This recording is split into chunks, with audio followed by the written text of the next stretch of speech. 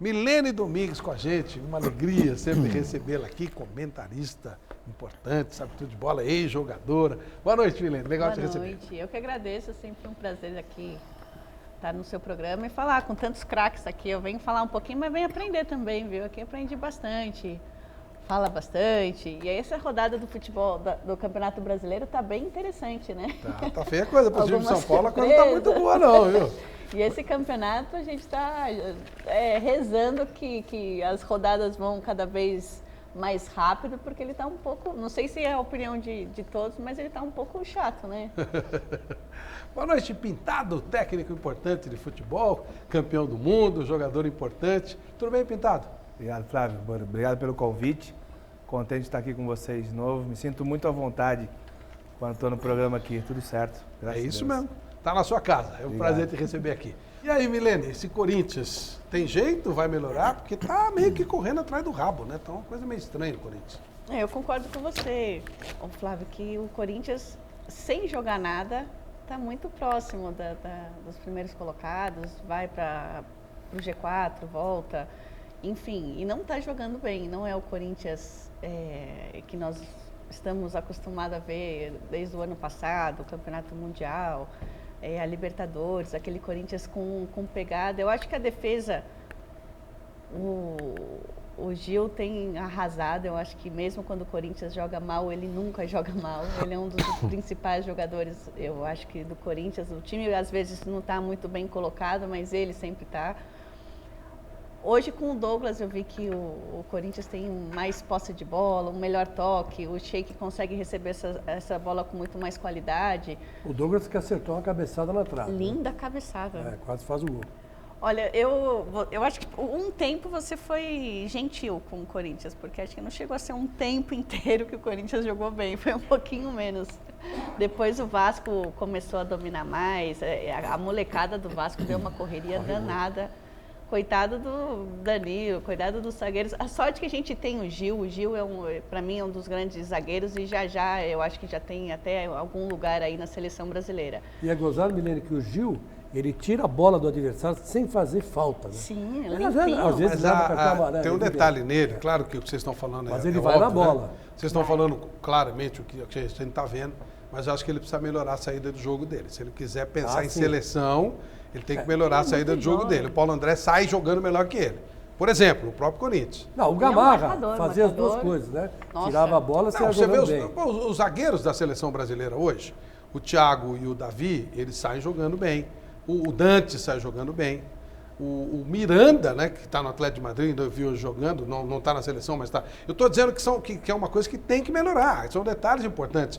Pois a saída de jogo, ela tem que começar. Certo, Pintado? Você desde os zagueiros, né? Não, se você não tiver saída de jogo boa, você já está enrolado, né? Que normalmente, Flávio, são os dois jogadores que não vão ter uma marcação, né? Os volantes vão ter muito próximo um marcador, já os zagueiros não. Se você tem a possibilidade de vir com um homem de frente, com essa bola dominada e com qualidade, vai fazer muita diferença para o teu time. Né? Helene, você conheceu bem o Seedorf na Itália, não é isso? Sim. Ele é um cara, a gente vê que é um cara diferenciado, um cara especial.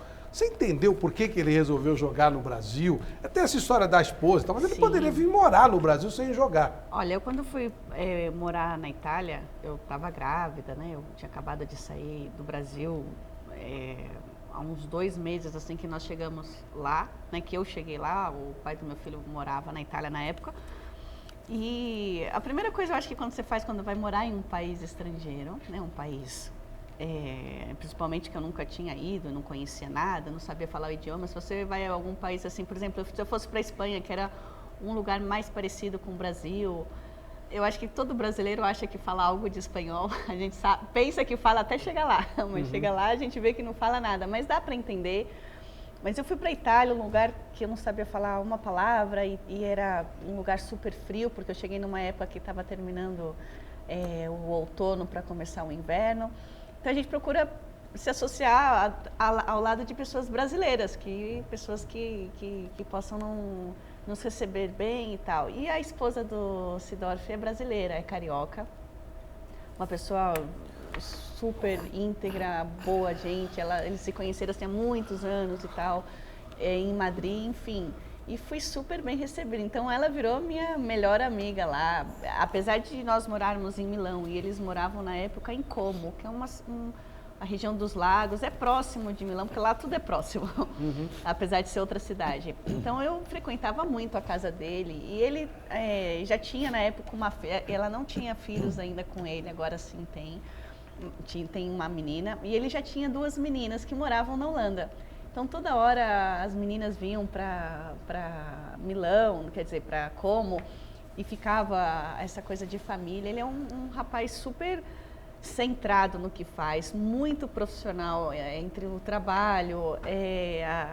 Lá não existe concentração, raramente na Itália tem concentração. Eu acho que já é uma mentalidade. Quer dizer, você concorda que tem o dedinho dele nisso aí, sim, né? Mas Oswaldo eles não Oliveira... costumam concentrar lá, a não ser que seja algo assim muito importante ou por alguma coisa fora do normal, mas normalmente não se concentra. Se apresenta na manhã, o jogo é final da tarde ou na hora um pouquinho depois do almoço, e eles se apresentam na parte da manhã. E com a família, assim, super cuidadoso com as filhas, com a esposa, aquele homem que quer tomar frente sempre de tudo, quer estar com tudo organizado, com tudo feito. Então, eu acho que isso já vai da educação dele. Eu acho que a educação dos pais, a educação que ele tinha dentro da casa dele, a esposa dele também, apesar de, assim, nós brasileiros somos mais, vamos ver se dá, deixa para depois. Lá era tudo muito regradinho, assim. Tudo certinho. Tudo certinho. E eu acho que eu, sinceramente, não acreditava que o Seedorf fosse jogar no Brasil, viesse jogar no Brasil pela infraestrutura, apesar do Brasil ter melhorado muito, quanto a clubes, quanto a estádio, vestiários, enfim, campos de futebol, tudo melhorou muito. Mas ainda não é como a Europa, porque lá qualquer clube tem uma infraestrutura, até no futebol feminino, muito grande. E eu não acreditava que ele voltasse. Mas conversando com a esposa dele, eu acho que por mais que você esteja bem com seu marido, com seus filhos, eu acho que tende sempre você voltar para a tua família, estar próximo da tua família. Então, com certeza, a decisão dele voltar a morar no Brasil pesou muito a esposa dele ser carioca. E eu acho que o momento também do Brasil, né, de estar aí com a Copa os estádios, tudo está bem melhor. Mas a esposa, eu acho que nessa hora, e na posição já do futebol, na idade que ele tem, tudo que ele já ganhou em vários clubes, títulos, eu acho que a pessoa quer mais qualidade de vida, né, nesse momento. E a esposa pesou bastante ser carioca. Ô, Pintado, eu reparei que quando a Milene explicava como é que funciona na Europa, essa coisa da concentração, você torceu um pouco o nariz e tal, aqui não tem jeito, Eu conheço bem o que a Milene tá falando. Eu fiquei no Real com o Vanderlei lá um tempo, né, imaginando... Eles brigam, né, pela concentração. Impressionante. Falar que concentrar para eles mas é questão de educação, Flávia. É totalmente diferente. As coisas são totalmente diferentes. É claro que a Europa te oferece situações, comodidade, não te oferece o que o Brasil oferece, principalmente para o atleta de futebol, que é, né, aqui a exposição é muito maior, as coisas acontecem com mais facilidade. Eu acho que tudo isso é muito bonito enquanto está ganhando. A partir do momento que o Botafogo, como perdeu hoje, começar a ter dificuldade, essas coisas vão mudar. Porque não que o atleta queira ou de maldade, é porque as coisas têm mais facilidade para acontecer aqui. Isso não vai dar certo. Em algum momento isso não vai dar certo. Você quer dizer que tem muita tentação, é isso? Também, Flávio, mas eu não estou falando só de mulher, dessa situação. Eu estou falando que existem problemas que o atleta solteiro, ele não vai, como na Europa, já ter alimentação pronta. Não vai. Ele vai sair comer um sanduíche. Não está na hora de aprender? Não está na hora de aprender? Eu acho que deve iniciar, Vanderlei. Esse é um momento importante do nosso país. Nós vamos ter uma Copa do Mundo. Como a Milene falou, a gente começa a ter uma estrutura de trabalho melhor. Os treinadores já têm essa associação com a federação que estão montando. Algumas coisas vão mudar. Mas é importante iniciar da base, né? Se você ensinar o menino na base, que ele tem que se cuidar, E ele nada ganha é bem para mais se cuidar. esculhambado no Brasil do que a base, né? Nossa, é tudo de qualquer jeito. Os caras fazem prédios bonitos e acham que são a base. É horrível. Treinadores que não têm competência, normalmente, claro que há exceções. Não há um preparo, não há uma lógica, não há uma ligação com os profissionais. São hotéis. Eles pegam os moleques, pegam hotel. Pintado, faz diferença mesmo essa semana que o Paulo Autuori teve? Muito, principalmente para o São Paulo, que vem de um desgaste de viagem, Japão, toda essa dificuldade que o São Paulo vinha enfrentando, uma semana você consegue monitorar muita coisa, né? Então você vai ter os detalhes para definir. Hoje você já viu o São Paulo com uma jogada de bola parada ensaiada, treinada. E isso é a semana que te dá. E o Paulo é um cara super competente, vai levar o São Paulo ainda numa boa colocação dentro da competição. Milene, você também acha que o São Paulo não corre risco de rebaixamento? Eu acho que ainda corre. Corre. Apesar dessa vitória ter dado um suspiro, porque, olha, como jogadora, como ex-jogadora, você joga, faz o seu melhor e não ganha, sempre tropeça, porque o São Paulo em alguns jogos a gente tem que concordar que teve azar. Assim, o São Paulo não tem um elenco e não está jogando tão mal para estar na zona de rebaixamento. O elenco que o São Paulo tem deveria estar pelo menos fora da zona de rebaixamento.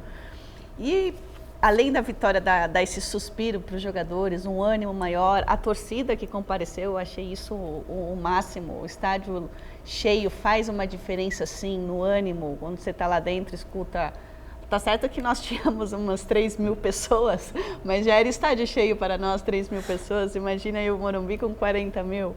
55 mil. 55 mil? Eu parei nos 40 ainda. Mas eu acho que o problema ainda do São Paulo tem que ser resolvido fora de campo. Essa coisa da parte fora das 4 linhas ainda tem que ser resolvida.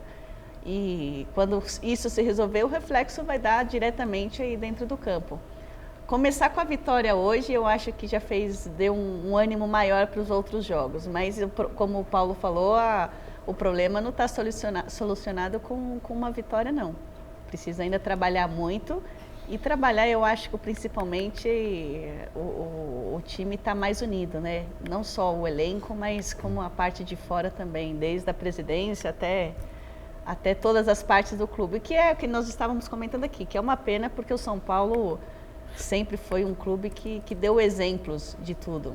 E ver o São Paulo numa situação dessa, nem os torcedores estão acreditando e nunca viram o São Paulo numa situação tão difícil como está agora. Mas essa vitória deu um respiro bastante grande aí para os jogadores para o próximo jogo.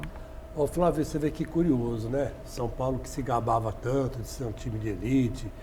Aliás, uma boa história dessa grandeza São Paulina foi construída pelo meu amigo Pintado como jogador, e hoje barateou tantos ingressos que virou um time de pobre, né? São Paulo virou um time de pobre. O cara paga 2 contos, 30 contos. É verdade. Até nisso ele virou o Corinthians e São Paulo mudou tudo. O Corinthians está cobrando aí 100, 200, 300 Mas é verdade, é verdade. Aí no Pacaembu. Eu não aguento, mas eu tenho que falar. Eu não queria falar um negócio. O São Paulo vai ter uma torcida pobre. Você conseguiu imaginar? R$2 o ingresso. Você conseguiu imaginar alguns anos atrás jogador do Corinthians dando beijinho na boca? Quantos reais, Anitta? Se fosse alguém dar, não era do Corinthians. Até isso mudou. Com a torcida pobre. Eu acho que o Chico está errando o endereço. O endereço do Morumbi sempre foi aberto para todos. Tanto é que o Corinthians jogou muito tempo ali no Morumbi. É verdade. Vocês cobravam um aluguel lá dado. Eu acho que tem que cobrar, porque o Morumbi oferece todas as condições 200 pau de aluguel para você assistir o jogo. E além disso, não tem problema, a gente torcida, pagava. A torcida paga, agora, mas eu acho que esse negócio de ingresso olha, Nero não pensaria melhor. Que Nero deu pão e circo para os romanos antigamente, né? Nero, Calígula. Circo, fogo, deu tudo. Deu tudo. Jogava os cristãos para os leões. O Juvenal está fazendo a mesma coisa. Eu estou em crise, então eu não vou desagradar a minha torcida.